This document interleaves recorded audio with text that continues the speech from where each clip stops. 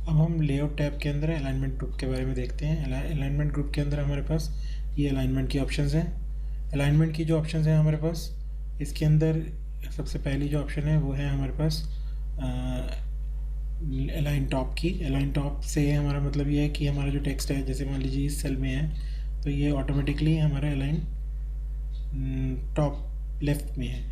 अब हम इसको टॉप सेंटर में करेंगे तो इस प्रकार से कर सकते हैं। अगर हम टॉप राइट में करना चाहते हैं तो इस प्रकार से कर सकते हैं। इसी प्रकार से हम यहाँ पे और भी ऑप्शन हैं हमारे पास, अलाइन सेंटर लेफ़्ट, ये इस तरीके से हम कर सकते हैं। फिर उसके बाद हम सेंटर में कर सकते हैं और अलाइन सेंटर के बाद सेंटर राइट भी कर सकते हैं। इसी प्रकार हम यहाँ पे बॉटम में लेके आ सकते हैं, बॉटम लेफ़्ट, बॉटम सेंटर और बॉटम राइट में भी लेके आ सकते हैं टेक्स्ट को।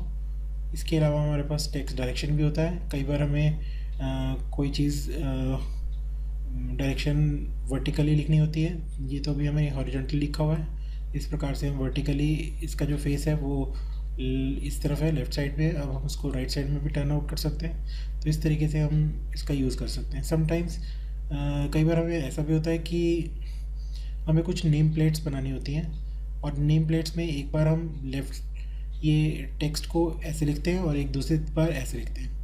तो वो करने के लिए मैं आपको एक एग्ज़ाम्पल दिखाता हूँ। यहाँ पे ये जो टेबल है इसको मैं डिलीट करता हूँ। अब एक इंसर्ट में जाके एक नई टेबल क्रिएट करता हूँ और इसके अंदर मुझे मान लीजिए कोई टेक्स्ट लिखना है। अब ये जो हमने वर्ड लिखा हुआ है इसका हम साइज़ इंक्रीज़ कर लेंगे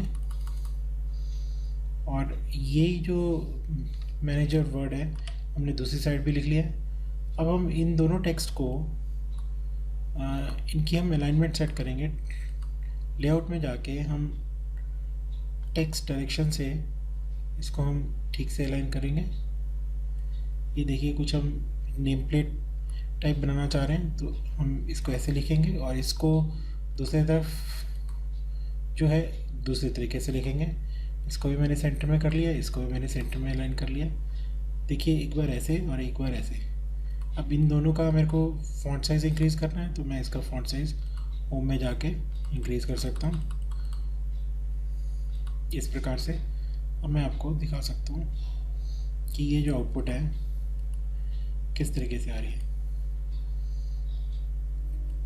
तो ये इस तरीके से हम अपने जो कई बार नेम प्लेट्स वगैरह हमने बनानी होती हैं तो उसके लिए हमारे लिए काफ़ी यूज़फुल रहता है। ये हम डिज़ाइन के अंदर टेक्स्ट डायरेक्शन से कर सकते हैं। सेल के मार्जिन्स भी होते हैं, इसकी ज़रूरत हमें कहाँ पड़ती है ये मैं आपको बताता हूँ। जैसे कि हमारे पास यहाँ पे मान लीजिए कोई टेबल इंसर्टेड है, हम इसको इंक्रीज़ कर लेते हैं इसका साइज़। अब मैं आपको दिखाता हूँ कि टेबल, मान लीजिए हमारे पास कोई टेबल हमने इंसर्ट की हुई है। अब ये जो यहाँ पे हम कुछ वर्ड लिख रहे हैं तो ये हमारा यहाँ पे कुछ गैप बन रहा है, डिस्टेंस बन रहा है। हम ये चाहते हैं कि ये जो गैप है ये हमारा ना बने, तो ये सेल मार्जिन्स में जाके ये जो गैप है लेफ़्ट साइड का ये हम इसको डिक्रीज़ कर देंगे 0 और राइट साइड का गैप भी हम डिक्रीज़ कर देंगे। तो ये हमारा जो गैप है, एक्स्ट्रा स्पेस जो है वो ख़त्म हो जाएगा। तो इससे हम बड़े वर्ड्स जो है वो भी ईजिली इसमें सेल में फिट इन कर सकते हैं। जो हमारा एक्स्ट्रा स्पेस है वो रिड्यूस हो जाएगा। तो ये सेल मार्जिन्स इसी को कंट्रोल करता है।